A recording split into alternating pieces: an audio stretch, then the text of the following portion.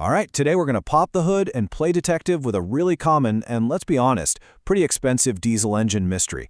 Is it your EGR valve or is it your injectors that are causing all that grief? Let's figure it out. So, does this sound familiar to you? You put your foot down, you're expecting that nice solid push back into your seat, but instead you get this sluggish, kind of weak response. It's like the engine's just not trying. You know something is wrong and it is so frustrating. Well, we're about to solve this mystery together.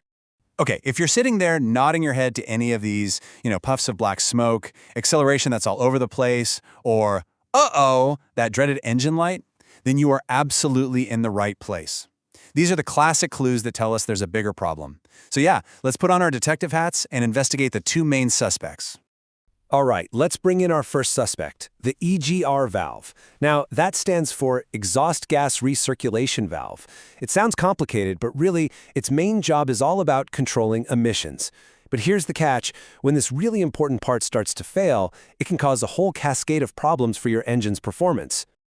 So what is an EGR valve, really? Well, think of it like this. It's a pretty smart little system that lets your engine breathe back in a tiny bit of its own exhaust. Why would it do that? Well, it actually cools down the combustion process, and that's super important for cutting down on nasty pollutants, specifically NOx, those are nitrogen oxides, the stuff that makes smog.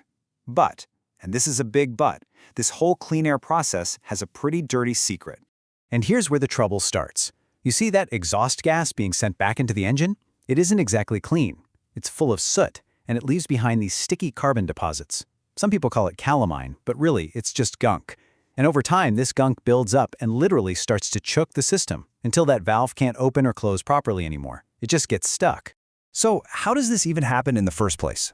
Well, here's the ironic part. It's usually our own daily driving habits that are the real villain here. All those short trips, that stop-and-go city driving, it means the engine never really gets hot enough to burn off all that gunk.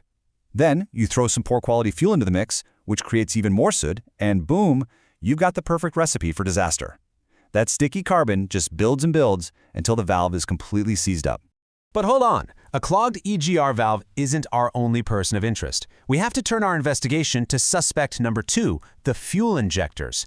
These things are absolutely critical for your engine to run right, and when they go bad, they can cause symptoms that look almost identical. Fuel injectors are just amazing pieces of engineering when you think about it. They're basically these tiny, super high-precision nozzles. Their whole job is to spray a perfectly atomized mist of fuel into each cylinder at the exact right millisecond. I mean, everything depends on that perfect spray, your power, your fuel efficiency, everything.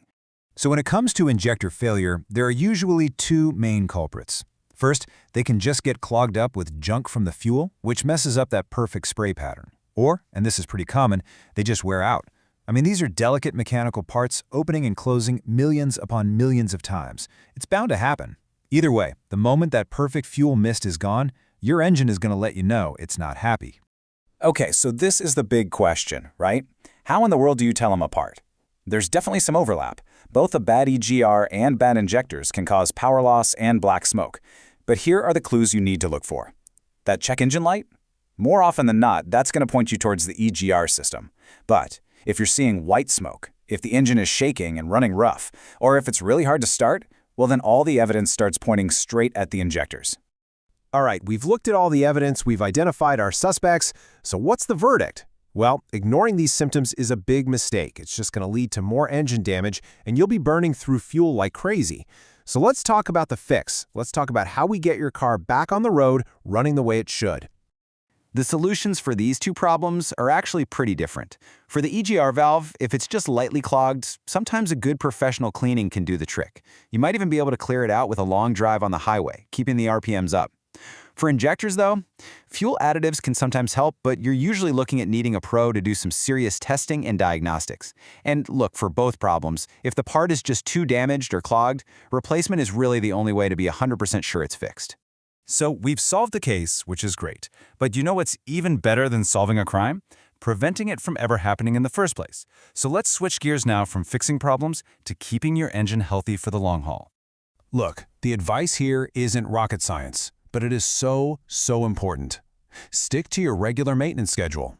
Don't go for the cheap fuel or bargain bin parts.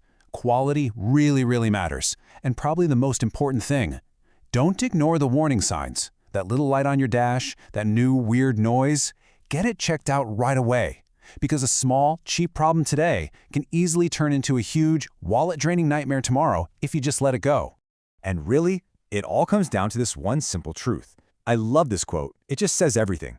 A well-maintained vehicle is a more reliable, more economical, and more durable vehicle. It's not just about fixing what's broken right now. It's about investing in the future of your car for all those miles down the road. So hopefully the next time you turn that key, you'll not only have a better idea of what's going on under the hood, you'll know exactly how to keep it running right.